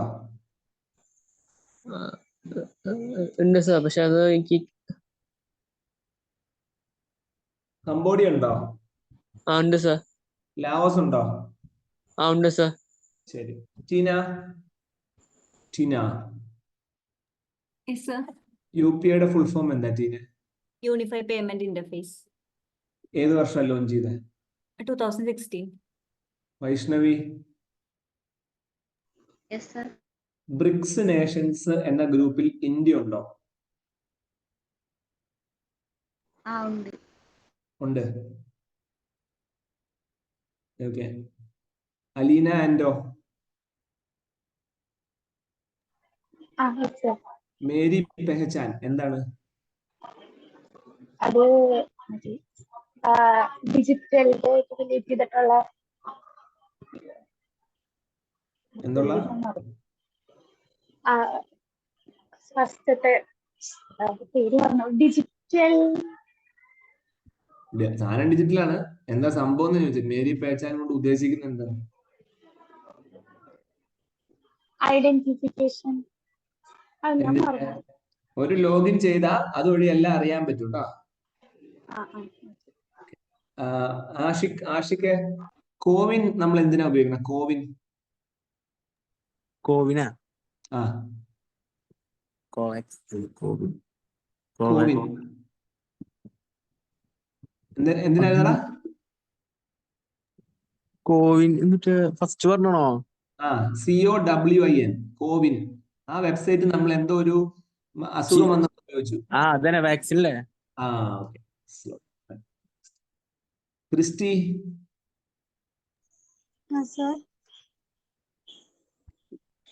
Hello sir. യെസ് ക്രിസ്റ്റി, നമ്മുടെ ചിപ്പുകളൊക്കെ ഉണ്ടാക്കാൻ വേണ്ടി നമ്മളൊരു പ്രോഗ്രാം ലോഞ്ച് ചെയ്തു. അതിന്റെ പേരെന്താ?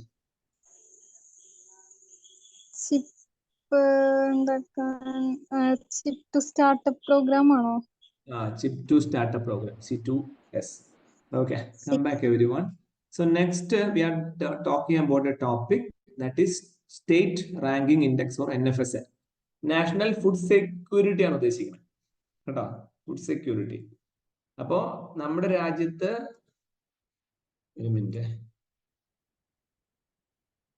രാജ്യത്ത് ഫുഡ് സെക്യൂരിറ്റി ആയിട്ട് ബന്ധപ്പെട്ടുള്ള ഒരു പ്രോജക്റ്റ്. അപ്പൊ ഇവിടെ ഫുഡ് സെക്യൂരിറ്റി എന്ന് പറയുമ്പോൾ എനിക്കും അറിയാം, നിങ്ങൾക്കും അറിയാം, നമ്മൾ ഫുഡ് എല്ലാവർക്കും എത്തിക്കുന്ന റേഷൻ കടയൊക്കെ വഴി.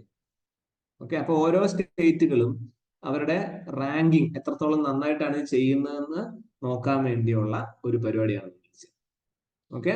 അത് മാത്രമല്ല, ഇന്ത്യയിലെ ഇങ്ങനെ നല്ല ഫുഡ് കൊടുത്തു കഴിഞ്ഞാൽ ഇന്ത്യക്കാർക്ക് ഫുഡ് ന്യൂട്രീഷൻ കിട്ടുള്ളൂ എന്നുള്ളതും അതിലൊരു പോയിന്റ് ആണ്. അപ്പൊ അതിന്റെ ഭാഗമായിട്ട് നമ്മൾ ഓരോ രാജ്യങ്ങളെയും, അതായത് സംസ്ഥാനങ്ങളെയും ഒരു റാങ്ക് ലിസ്റ്റ് ഉണ്ടാക്കിയിട്ട് അതുവഴി നന്നായിട്ട് ഈ കാര്യങ്ങൾ ചെയ്യുന്നുണ്ട്, ചിലർ മോശമായിട്ട് ചെയ്യുന്നു അറിയാൻ വേണ്ടി. അപ്പൊ ഇതില് ഒഡീസയാണ് ഏറ്റവും നല്ല സ്കോർ വാങ്ങിച്ച് ടോപ്പ് ചെയ്ത്. അതിന് തൊട്ട് താഴെ ഉത്തർപ്രദേശ്. ഓക്കെ. അങ്ങനെ ഒരു ജനറൽ സ്റ്റേറ്റ് കാറ്റഗറിയിലാണ്. പിന്നെ സ്പെഷ്യൽ സ്റ്റേറ്റും അതുപോലെ യൂണിയൻ ടെറിട്ടറീസ് നോക്കുമ്പോൾ ത്രിപുരയാണ് followed by Himachal Pradesh and Sikkim. Okay. അപ്പൊ ഇങ്ങനെ കുറച്ച് ഡീറ്റെയിൽസ് ആണ് നമുക്ക് ഈ ഒരു ഫസ്റ്റ് ഹെഡിങ്ങിൽ പറയാനുള്ളത്. State ranking index for NFS, national food security act. അപ്പൊ അതൊന്ന് ജസ്റ്റ് ഓർത്ത് വെച്ചോളാം. അപ്പൊ ഇവിടെ നമുക്കറിയാം നമ്മുടെ രാജ്യത്ത് നെല്ല് കൊടുക്കുന്നുണ്ട്, അല്ലെങ്കിൽ പഞ്ചസാര കൊടുക്കുന്നുണ്ട്, ഗോതമ്പ് കൊടുക്കുന്നുണ്ട്. അങ്ങനെയുള്ള എല്ലാ സാധനങ്ങളും ഓരോ സ്ഥലങ്ങളിൽ കൃത്യമായിട്ട് നമ്മൾ എത്തിച്ചു കൊടുക്കുന്നുണ്ട്. എത്തിച്ചു കൊടുക്കുന്നതിന്റെ ഒരു റാങ്ക് റേറ്റിംഗ് നോക്കിക്കഴിഞ്ഞാൽ നമുക്ക് മനസ്സിലാവും എന്താണ് എല്ലാ സംസ്ഥാനങ്ങളും ഇത് വൃത്തിയായിട്ട് ചെയ്യുന്നുണ്ടെന്ന്. Okay, so that is about the national food security act, NFS. ഇന്ത്യയിൽ ഇത് നാഷണൽ ഫുഡ് സെക്യൂരിറ്റി ആക്ട് 2013 തൊട്ടാണ് പ്ലാൻ ചെയ്തിട്ടുള്ളത്. സോ അതൊന്ന് ഓർത്ത് വെച്ചോളാം. ഇന്ത്യയിലെ എല്ലായിടത്തും ഫുഡ് എത്തിക്കണം. കേരളത്തിന് മാത്രമല്ല, ബാക്കിയുള്ള സംസ്ഥാനങ്ങളിൽ കിട്ടും. അടുത്തൊരു ടോപ്പിക്കാണ് ബെന്നി ഗ്രാസ് ലാൻഡ്. ഗുജറാത്തിലെ ഒരു സ്ഥലം. ഗ്രാസ് ലാൻഡ് എന്ന് പറഞ്ഞാൽ വേറെ ഒന്നുമില്ല, നിങ്ങൾ ഇത് ഗൂഗിൾ അടിച്ച് നോക്കിയാൽ മതി. വലിയ പുൽമേടാണ്, പുൽമേട്. ഓക്കെ, അപ്പോ ഉദാഹരണം പറഞ്ഞ ഞാൻ പടം വരച്ചു. നമ്മൾ നോക്കിയപ്പോ നമ്മുടെ ഇന്ത്യയുടെ പടം നോക്കിയാ ഇങ്ങനെ വന്ന് ഇങ്ങനെ കുനിപ്പ് വന്നിട്ട് ഓക്കെ ഇങ്ങനെ വന്ന് ഇതാണ് ഗുജറാത്ത് വരിക അല്ലെ. ഓക്കെ, അപ്പൊ ഈ ഗുജറാത്തിന്റെ ഈ താഴത്തെ പോർഷന്റെ ഏകദേശം ഒരു സെൻട്രൽ ഭാഗത്തായിട്ട് ഈ റീജിയണിലായിട്ടാണ് എന്തുള്ളത്, ബെന്നി ഗ്രാസ് ലാൻഡ്. ഓക്കെ, അത്രയേ ഉള്ളൂ, വേറെ ഒന്നുമില്ല. കുറച്ച് ഏരിയ ഉണ്ട്. അപ്പൊ നല്ല സ്ഥലത്ത് ഒത്തിരി സ്ഥലം ഉണ്ട് അവിടെ എല്ലാം എന്താണ് നിറച്ച് പുല്ല് നിൽക്കുവാണ്. ഉണ്ടാവും അറ്റ്ലീസ്റ്റ് 76,000 ഹെക്ടർ സ്ഥലമുണ്ട്. ഇപ്പൊ ഒത്തിരി പുല്ല് നിറച്ചേക്കുന്നതുകൊണ്ട് അവിടെ എന്താണ് ഒത്തിരി ബയോഡൈവേഴ്സിറ്റീസ് ഉണ്ട്, പല ജീവികളോട് താമസം. ഓക്കെ, അപ്പൊ ഇത് വളരെ ഒരു പ്രത്യേകമായിട്ടുള്ള ഒരു സ്ഥലമാണ്. അപ്പൊ ഇവിടെ പല ടൈപ്പ് ജീവികളുണ്ട്. അപ്പൊ ഇത് എവിടെയായിട്ടാണ് ബെന്നി ഗ്രാസ് ലാൻഡ്? ഒരു ഗുജറാത്തിലെ ഒരു ജില്ലയുണ്ട്, ദാറ്റ് ഇസ് കച്ച് ഡിസ്ട്രിക്റ്റിലാണ് ഈ സ്ഥലം വരുന്നത്, കച്ചിൽ. ഓക്കെ, അപ്പൊ ഈ സ്ഥലത്ത് മറ്റൊരു ഇമ്പോർട്ടന്റ് കാര്യം കൂടെ ഉള്ളത്, ഇവിടെ ഒരു തരം ട്രൈബ്സ് താമസിക്കും. ഇവിടുത്തെ ട്രൈബ്സിന്റെ പേര് ചിലപ്പോൾ പരീക്ഷയിൽ ചോദിക്കാം. That is Maldhari tribes. കേട്ടോ, നോട്ട് ചെയ്തോണേ, മൽദാരി ട്രൈബ്സ്. ഈ ഒരു സ്ഥലത്താണ് അവർ താമസിക്കുന്നത്. ഓക്കെ, ഇതൊരു ഇമ്പോർട്ടന്റ് പോയിന്റ് ആണ്, ഓർത്ത് വെക്കേണ്ടതാണ്. ഇവിടെ കുറെ അധികം വെറൈറ്റി പക്ഷികളൊക്കെ വന്ന് പറഞ്ഞിരിക്കും. ഉദാഹരണം പറഞ്ഞു കഴിഞ്ഞാൽ ഏറ്റവും രസമായിട്ട് ഫ്ലെമിംഗോ ഉണ്ടാവും. ഫ്ലെമിംഗോ ഉണ്ടോ? നിങ്ങൾ ഫോട്ടോ എടുത്ത് നോക്കണേ, നല്ല രസമാണ് ഫ്ലെമിംഗോനെ കാണാനൊക്കെ നല്ല രസം. അതുപോലെ വലിയ കൊറ്റി, ക്രെയിൻസ്, വലിയ കൊറ്റികൾ വന്നിരിക്കും. ഓക്കെ, അതുപോലെ കുഞ്ഞ് കുറുക്കന്മാര്, ചിങ്കാര കുറുക്കന്മാരൊക്കെ ഉണ്ട്. നല്ല രസമുള്ള സ്ഥലമാണ്. So that is about the Banni grassland. Note ചെയ്തോ കേട്ടാ. ഓക്കെ, അപ്പൊ നമുക്ക് ഇതിലെ പോയിന്റ്സ് നോക്കാം. അപ്പൊ ഈ പോയിന്റ്സില് ബെന്നി ഗ്രാസ് ലാൻഡ്സ് നമ്മൾ നോക്കുവാണെങ്കിൽ geographical area Kutch, Saurashtra, central Gujarat പോർഷനില്. ഗുജറാത്തിന്റെ മൊത്തം ഗ്രാസ് ലാൻഡിൽ ഏകദേശം 40-45% ഇവരാണ്, ഏരിയ ആണ്. അപ്പൊ ഇവിടെയുള്ള ഗ്രാസ് ലാൻഡ് പ്രൊട്ടക്റ്റഡ് ലാൻഡ് ആണ്. ഇവിടുത്തെ ഫോറസ്റ്റ് ഒക്കെ പ്രൊട്ടക്ട് ചെയ്തിട്ടുണ്ട് 55-ലെ under the Indian forest act 1927. Okay, 40 species of grass ഉണ്ട്, 90 സ്പീഷീസ് ഓഫ് ഫ്ലവറിംഗ്, കുറെ വെറൈറ്റി സാധനങ്ങൾ അവിടെ ഉണ്ട്. ജസ്റ്റ് സമയം കിട്ടുന്ന പോലെ നിങ്ങൾ വായിച്ചു പഠിക്കാം. ഓക്കെ, അതുപോലെ ബേർഡ്സ് കാറ്റഗറി ഉണ്ട്. അപ്പൊ ഇവിടെ ഒരു പ്രോബ്ലം ഉള്ളതെന്ന് വെച്ചാൽ ഇവിടെയുള്ള നാച്ചുറൽ ആയിട്ടുള്ള ഈ ചെടികളൊക്കെ മറ്റ് രാജ്യങ്ങളിൽ നിന്ന് വന്ന് വീഴുന്ന ചെടികളുടെയും മറ്റ് പക്ഷികളുടെയും മൃഗങ്ങളുടെയും ഇൻവേർഷൻ കാരണം ഇല്ലാതായി പോകുന്നുണ്ട്, നശിച്ചുകൊണ്ട്. ഇൻവേർഷൻ ഓഫ് ഏലിയൻ സ്പീഷീസ് എന്ന് പറയും. ഓക്കെ, അപ്പൊ അങ്ങനെ ഒരു പ്രോബ്ലം ഇപ്പം ഈ ഒരു ഗ്രാസ് ലാൻഡിലുണ്ട്. അപ്പൊ അതിനെ പ്രൊജക്ട് ഗവൺമെന്റ് ഓഫ് ഇന്ത്യ അതിനെ സംരക്ഷിക്കുന്നതിന്റെ ഭാഗമായിട്ട് രജിസ്ട്രേഷൻ പ്രോജക്റ്റുകളൊക്കെ പ്ലാൻ ചെയ്യുന്നുണ്ടെന്നുള്ളതാണ് മറ്റൊരു ഇമ്പോർട്ടന്റ് ന്യൂസ്. ഓക്കെ, അപ്പൊ അത് മാത്രം ജസ്റ്റ് ഒന്ന് മനസ്സിലാക്കി വെക്കുക. That is about the Banni grass land. അടുത്ത ഒരു ടോപ്പിക്ക് നമ്മുടെ നോട്ടിലുള്ളതാണ് നൈറോബി എന്ന ഫ്ലൈസ്. അപ്പൊ ഇത് ഫ്ലൈ എന്ന് പറയുമ്പോൾ ഒരു തരം ഈച്ചയാണ് ശരിക്കും നൈറോബി ഫ്ലൈസ് എന്ന് പറയുന്നത്. ഓക്കെ, ഈ ഈച്ച കടിച്ചു കഴിഞ്ഞാലുള്ള പ്രോബ്ലം എന്ന് വെച്ചാൽ വല്ലാത്ത നമ്മുടെ ബോഡിയിൽ ഒരു കെമിക്കല് വന്ന് ഇവിടെ വീഴും. നമുക്ക് ആ കെമിക്കലിന്റെ പേര് വേണമെങ്കിൽ ഓർത്ത് വെച്ചിരിക്കാം. കെമിക്കലിന്റെ പേരാണ് പെഡിറിൻ. കേട്ടോ, പെഡിറിൻ എന്നൊരു കെമിക്കല് നമ്മുടെ ഇത് വന്ന് കടിച്ചു കഴിഞ്ഞാൽ ഈ കെമിക്കൽ പ്രൊഡ്യൂസ് ചെയ്യും. ഇതിന്റെ പ്രശ്നം എന്താ ഇത് കാരണം ഭയങ്കര സ്കിൻ ഇറിറ്റേഷൻ വരികയും സ്കിന്നിന്റെ കളർ മാറി വരക്കും, പാട് പോലെയൊക്കെ വരും. ഓക്കെ, അപ്പൊ ഇത് അങ്ങനെ അസുഖം മാറാത്തൊന്നുമല്ല, 1-2 ആഴ്ചകൾ കഴിഞ്ഞാലേ ഇത് മാറുള്ളൂ. എന്നാലും ഇത് മാറിക്കഴിഞ്ഞാലും വീണ്ടും ഇതിന് സെക്കൻഡറി ഇൻഫെക്ഷൻ പോലെ വരും ചെയ്യും. ഇത് പത്രത്തിൽ വലിയ ന്യൂസ് ആവാനുള്ള കാരണം റീസൺലി ഏകദേശം 100 പേരോളമുള്ള കുട്ടികൾക്ക് സ്റ്റുഡൻസിനെ ഇത് ആക്രമിച്ചു എന്നുള്ള same infection. Okay, so that's why it's in the news. അപ്പം നിങ്ങൾക്ക് കേൾക്കുമ്പോൾ തന്നെ അറിയാം, നൈറോബി എന്ന് പറയുമ്പോൾ നമ്മുടെ ഈസ്റ്റ് ആഫ്രിക്കൻ പ്ലേസിലാണ് കൂടുതൽ ഉണ്ടാവാറുള്ളത്. പക്ഷെ അത് ഇതിങ്ങനെ പറന്ന് പല സ്ഥലങ്ങളിൽ ഇപ്പം എങ്ങനെ പറന്നു വരും എന്ന് ചോദിച്ചു കഴിഞ്ഞാൽ നമുക്കറിയാം ഇന്ത്യയുടെ പടം നോക്കിയാൽ, ഇന്ത്യയുടെ മാപ്പ് നോക്കിയാൽ, ഇന്ത്യയുടെ ഒരു ലെഫ്റ്റില് അല്ലെങ്കിൽ ഒരു ഈ വെസ്റ്റേൺ സൈഡിൽ താഴെയായിട്ടാണ് ഈ ആഫ്രിക്കൻ കോണ്ടിനെന്റ് വരുന്നത്. അപ്പൊ ഈ വെസ്റ്റേൺ സൈഡ് താഴെയായിട്ട് ആഫ്രിക്കൻ കോണ്ടിനെന്റ് വരുമ്പോ അവിടെ നിന്ന് വരുന്ന കാറ്റും, അല്ലെങ്കിൽ നമുക്കറിയാം നമ്മുടെ ട്രേഡ് വിൻഡുകളുണ്ട്, വെസ്റ്റേർലീസ് ഈസ്റ്റേർലീസ് ഉള്ള വലിയ കാറ്റുകൾ വരും. അപ്പൊ ഈ ഒരു കാറ്റുകൾ ഇങ്ങനെ വരുമ്പോ കാറ്റിന്റെ ഒപ്പം വെള്ളവും അങ്ങനെയുള്ള സാധനം കൊണ്ടുവന്ന് അതാണ് നമ്മുടെ ഇവിടെ മൺസൂൺ ആയിട്ട് പെയ്യുന്നത്. അപ്പൊ അങ്ങനെ വരുന്ന ഈ മഴയുടെ മേഘങ്ങൾക്ക് ഒപ്പം തന്നെ ഇങ്ങനെയുള്ള കുഞ്ഞു കുഞ്ഞ് ഈച്ചയുടെ കുഞ്ഞു മുട്ടയും പറന്നു വരികയും അത് ഇവിടെ വന്ന് മുട്ട വിരിയുകയും അത് പെറ്റുപെരുകയും അത് മേടിക്കുകയും ചെയ്യും. ഓക്കെ, ഇപ്പൊ ആൾക്കാർ ഭയങ്കര രസമായിട്ട് പറയും, എന്നോട് പലരും പറയുന്നുണ്ട്, മറ്റേ ഓണമൊക്കെ വരുമ്പോ ഓണത്തുമ്പി വരുന്നു. ശരിക്കും ഇത് ഓണത്തുമ്പി അല്ലത്. ഈ ഓണത്തുമ്പി എന്ന് പറഞ്ഞു കഴിഞ്ഞാൽ, തുമ്പി എന്ന് പറഞ്ഞ സാധനം it's A category of A dragon bug ആണ്. ഇവിടെ എഴുതിയിട്ടുണ്ട് ഡ്രാഗൺ ബഗ്. ഓക്കെ, അത് എന്തുകൊണ്ടാണ് ഈ ഓണത്തുമ്പി എന്ന് പറയാൻ കാരണം എന്ന് വെച്ച് കഴിഞ്ഞാൽ, ഈ ഓണം വരുന്ന സമയത്താണ് ഈ അതായത് ആഫ്രിക്കൻ സൈഡിൽ നിന്നാണ് ഈ ഓണത്തുമ്പി വരുന്നത്. അതിന്റെ മുട്ട പറന്നു വരുന്നത് കാറ്റിനൊപ്പം വരും. ഈ കാറ്റിനൊപ്പം വരുന്ന ഈ മുട്ട നമ്മുടെ കേരളത്തിന്റെ പല സ്ഥലങ്ങളിലും വന്ന് വീഴും മഴയുടെ ഒപ്പമൊക്കെ. എന്നിട്ട് ഈ മഴ തീർന്ന് നമ്മളൊരു വിളവെടുപ്പ് സമയമൊക്കെ ആകുമ്പോൾ, അല്ലെങ്കിൽ ചൂട് വരുന്ന സമയം ആകുമ്പോഴേക്കും ഇത് വിരിയും, മുട്ട വിരിയും.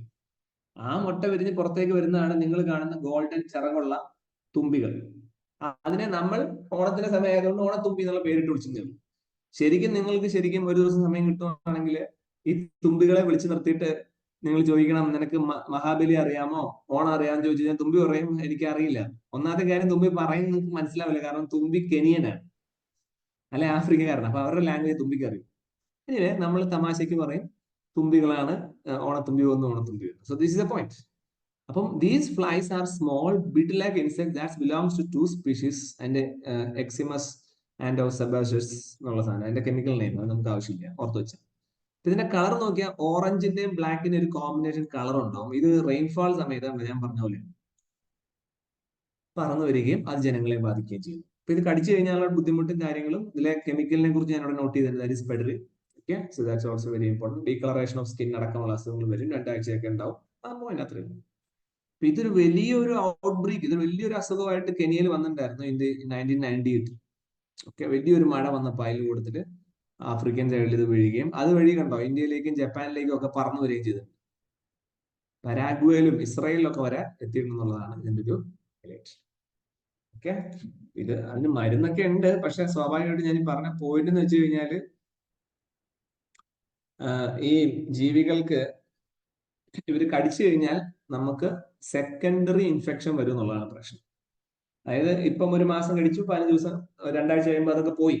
പക്ഷെ വീണ്ടും അതേ സമയം കുറച്ചു കാലം കഴിയുമ്പോൾ അതേ പ്രോബ്ലം നമുക്ക് ബുദ്ധിമുട്ടായിട്ട് വരും. അതൊരു വലിയ പ്രശ്നം. Next important news is Karakalpakstan. അതായത് ഒരു രാജ്യം ഇത്. ഓക്കെ, നമ്മുടെ ഇന്ത്യയുടെ ബോർഡറിൽ നിങ്ങൾക്കറിയാം പാകിസ്ഥാൻ ഉണ്ട്, അതിന് തൊട്ടപ്പുറത്ത് അഫ്ഗാനിസ്ഥാൻ, തുർക്ക്മെനിസ്ഥാൻ, കസക്കിസ്ഥാൻ, ഉസ്ബെക്കിസ്ഥാൻ, അങ്ങനെ കുറച്ച് രാജ്യങ്ങളുണ്ട്. ഇതിൽ ഈ ഉസ്ബെക്കിസ്ഥാനിലെ ചില പ്രശ്നങ്ങൾ ഉണ്ടാകുകയും ഉസ്ബെക്കിസ്ഥാനെ ഓട്ടോണോമസ് പ്രൊവിൻസ് ഓഫ് കരക്കൽ പാകിസ്ഥാൻ എന്ന് വേണമെങ്കിൽ കരക്കൽ പാകിസ്ഥാൻ എന്ന രീതിയിൽ അവർ പ്രൊട്ടസ്റ്റ് ചെയ്യുകയും അവരൊരു സെപ്പറേറ്റ് രാജ്യം ക്രിയേറ്റ് ചെയ്യുകയും ചെയ്യുന്നു. അതാണ് കരക്കൽ പാകിസ്ഥാൻ എന്ന് പറയുന്നത്. ഓക്കെ, സ്വാഭാവികമായിട്ടും ആയിരക്കണക്കിന് ആൾക്കാർ അവിടെ സമരം നടത്തുകയും അങ്ങനെ ഒരു ഒത്തുകൂടുകയും അവരുടെ ക്യാപിറ്റൽ ഉണ്ട് നുഗൂസ്, റീജിയൻസ് ക്യാപിറ്റൽ നുഗൂസിൽ ഒത്തുകൂടുകയും അവർ ഈ പേര് കരക്കൽ പാകിസ്ഥാൻ എന്നുള്ള പേര് ഡിറൈവ് ചെയ്യുകയും ആ ഡിറൈവ് ചെയ്തിട്ട് അവർ സ്വന്തമായിട്ട് രാജ്യം ഉണ്ടാക്കാൻ ശ്രമിക്കുകയും ചെയ്യുന്നു. ഈ പേര് എവിടെ വന്നു വെച്ച് കഴിഞ്ഞാൽ അവിടുത്തെ ആൾക്കാരുടെ പേരാണ് കരക്കൽ പാക് പീപ്പിൾ. ഒരു പർട്ടിക്കുലർ എത്നിക് മൈനോറിറ്റി ഗ്രൂപ്പാണ്. ഒരു 20 ലക്ഷം പേരെ ഉള്ളവർ. ഓക്കെ, അപ്പൊ അങ്ങനെ ഒരു കുറച്ച് ഗ്രൂപ്പ് ആൾക്കാർ ചേർന്ന് ഒരു റിപ്പബ്ലിക് ഓഫ് കരക്കൽ പാകിസ്ഥാൻ എന്ന് പറഞ്ഞ സാധനം നമ്മുടെ ഉസ്ബെക്കിസ്ഥാനോട് ചേർന്ന് ക്യാപിറ്റൽ നുഗൂസ് എന്ന ക്യാപിറ്റൽ അവർ അനൗൺസ് ചെയ്ത് അവരങ്ങ് തുടങ്ങിയില്ല. അവർക്ക് സ്വന്തമായിട്ട് ഫ്ലാഗ് ഉണ്ട്, എംബ്ലം ഉണ്ട്, അങ്ങനെ കുറച്ച് കുഞ്ഞു രാജ്യമാക്കി എന്നുള്ളതാണ് പത്രത്തിൽ ഒരു ന്യൂസ് ആയിട്ട് വരുന്നത്. അത് ടർക്കിയോട് ചേർന്ന് കിടക്കുന്നതുകൊണ്ട് അവരുടെ ലാംഗ്വേജ് ടർക്കിഷ് ലാംഗ്വേജ് ആണ്. സോ കസക് എന്നുള്ള ഗ്രൂപ്പുമായിട്ടൊക്കെ മാച്ച് ചെയ്ത് കിടക്കും. സോ ജസ്റ്റ് ഒന്ന് മനസ്സിലാക്കി വെച്ചാൽ മതി. അവരുടെ ഒരു ഹിസ്റ്റോറിക്കൽ ബാക്ക്ഗ്രൗണ്ട് കൂടെ നമുക്ക് നോക്കാം. അവര് എല്ലാ മനുഷ്യരും ഓരോ നദിയുടെ തീരങ്ങളിലായിരിക്കും സെറ്റിൽ ചെയ്തിട്ടുണ്ടാവുക. So they also settle around the Amu Darya river. Okay, എന്നാൽ 18th സെഞ്ചുറിയാണ്. അരാൽ സീയുടെ അടുത്തുള്ള അവിടെ അവർ സെറ്റിൽ ചെയ്യുകയും അതിന്റെ ഭാഗമായിട്ട് റഷ്യൻകാർ അവരെ കുറച്ചു കാലം കൺട്രോൾ ചെയ്ത് നിൽക്കുകയും അതിനുശേഷം അത് സോവിയറ്റ് യൂണിയന്റെ ഭാഗമാകുകയും അതിനുശേഷം ഇപ്പോ അവരൊരു സ്വതന്ത്ര രാജ്യമാകാൻ പോയി എന്നുള്ളതാണ് ഇതിന്റെ കഥ. സോ ബാക്കി കഥകൾ നിങ്ങൾ അതിന്റെ പാരഗ്രാഫ് വായിച്ച് മനസ്സിലാക്കും. എനിവേ, ഒരു പുതിയ രാജ്യം ഇവിടെ ഫോർമുലേറ്റ് ചെയ്തു എന്നുള്ളതാണ് അന്നത്തെ ന്യൂസ്. ഓക്കെ, അപ്പൊ ഇന്നത്തെ ഈ ഒരു ഷീറ്റില് എന്തൊക്കെയാണ് നമുക്ക് നോക്കാനുള്ളത് ഒന്നുകൂടെ റിവൈസ് ചെയ്യാം. ഫസ്റ്റ് വൺ, ഞാൻ ആദ്യം തൊട്ട് തന്നെ വരാം. ഫസ്റ്റ് വൺ, നമ്മൾ ആദ്യത്തെ ഷീറ്റ് നോക്കുവാണെങ്കിൽ അബൌട്ട് ദ ഡിജിറ്റൽ. അതിൽ നമ്മൾ എന്തൊക്കെ നോക്കി? നമ്മൾ നോക്കിയത് digital India, Bhashini, genesis, India stack global, my scheme, Meri പേജ്. അതിനുശേഷം നമ്മൾ നോക്കിയത് ചിപ്പ് ടു സ്റ്റാർട്ടപ്പ്. അതിനുശേഷം ranking system of ecosystem to the startup. Okay, then Lancang Mekong corporation. അതിനുശേഷം യു പി ഐയുടെ ഡീറ്റെയിൽസും ബാക്കപ്പും നമ്മൾ നോക്കിയിട്ടുണ്ട്, മറന്നുപോയത്. ദെൻ ഒരു മൾട്ടിലാറ്ററലിസം അത് നമ്മൾ വിട്ടിട്ട് അടുത്തതിലേക്ക് വന്നപ്പോഴാണ് free speech consent, non consensual, intimate ഇമേജസിന്റെ ഒരു പോയിന്റ്. ദെൻ അടുത്ത കറണ്ട് അഫയർ ഷീറ്റിൽ നമ്മൾ നാഷണൽ ഫുഡ് സേഫ്റ്റി ആക്ടിന്റെ ഒരു റാങ്കിങ്ങിനെ കുറിച്ച് നോക്കി. അതിനുശേഷം ബെന്നി ഗ്രാസ്ലാൻഡിനെ കുറിച്ച് നമ്മൾ ഡിസ്കസ് ചെയ്തു. ബെന്നി ഗ്രാസ്ലാൻഡിന് ശേഷമാണ് നമ്മൾ ഈച്ച കടിച്ച കാര്യം ഓർത്തത്, നൈറോബി ഫ്ലൈസ്. അതിനുശേഷം ഒരു പുതിയ രാജ്യം തന്നെ ഡെവലപ്പ് ചെയ്തിട്ടുണ്ട്, കരക്കൽ പാകിസ്ഥാൻ. ഓക്കെ, ഇത്രയും പോയിന്റ്സ് ആണ് എനിക്ക് ഇന്ന് നിങ്ങളോട് പറയാൻ. So that's all